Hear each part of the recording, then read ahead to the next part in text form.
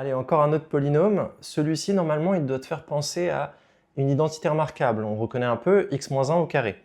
Donc, tu aurais pu, en utilisant les techniques de première, avec les fonctions affines, tu peux étudier le signe de cette fonction. Mais nous, là, on est en première, donc on va essayer l'autre méthode, donc avec delta.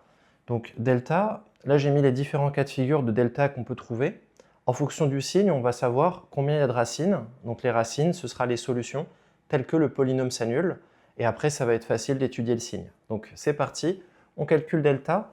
Alors, avant de calculer delta, ce que je conseille de faire, c'est toujours de se dire combien vaut A, combien vaut B et combien vaut C. Comme ça, c'est plus simple, au moins quand tu débutes, pour ne pas te tromper, pas louper un signe. Donc, on va faire delta.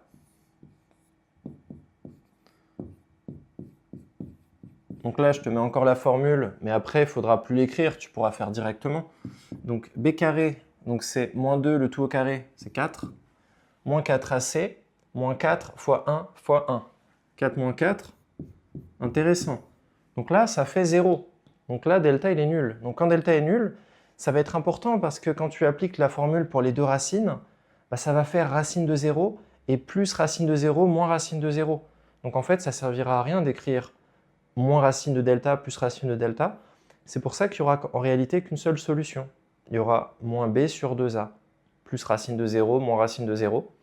Et c'est pour ça qu'on va appeler ça une racine double, parce que même s'il n'y a une seule solution, en réalité, c'est comme si tes deux solutions, c'était deux fois la même. C'est ça qu'il faut voir. Donc, bah, c'est parti. On a donc une seule racine, donc, qui sera x1 égale moins b sur 2a. On applique ça, donc moins b. Moins 2, c'est b, donc moins 2, tu fais attention au signe. 2 sur 2a, 2 sur 2, égale 1.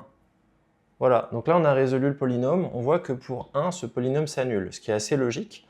Donc 1 au carré, donc 1 plus 1, 2, moins 2 fois 1, moins 2. 2 moins 2, 0.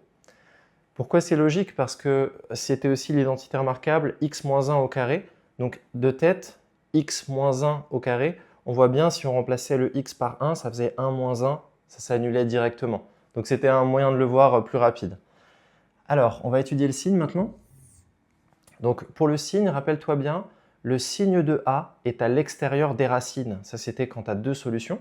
Quand on n'a qu'une seule, quand tu n'as qu'une seule racine, le signe de A est à l'extérieur de la racine. Donc tu mettras le plus, plus ou le moins, moins à l'extérieur. C'est quoi le signe de A ici?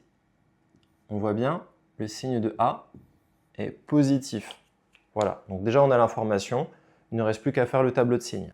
Donc comment on fait un tableau de signes? Tout simplement, donc moins l'infini plus l'infini, vu qu'on est sur R, et tu vas noter où est-ce qu'on s'annule. Où est-ce que la fonction x carré moins 2x plus 1 s'annule? C'est en 1, voilà. Je vais mettre une barre 1, 0 pour bien dire que ça s'annule ici. Et le signe de A est à l'extérieur de la racine. Donc là, tac, tac, de chaque côté, on met un plus. Voilà, donc c'est tout le temps positif, sauf au niveau du 1. Donc tu vois, c'est pas très difficile. Dès que tu as 0, il faut juste te rappeler que la formule, elle change un tout petit peu. Mais en fait, c'est logique. C'est juste tu remplaces le delta par 0 les deux fois. Donc c'est pour ça qu'on obtient cette formule.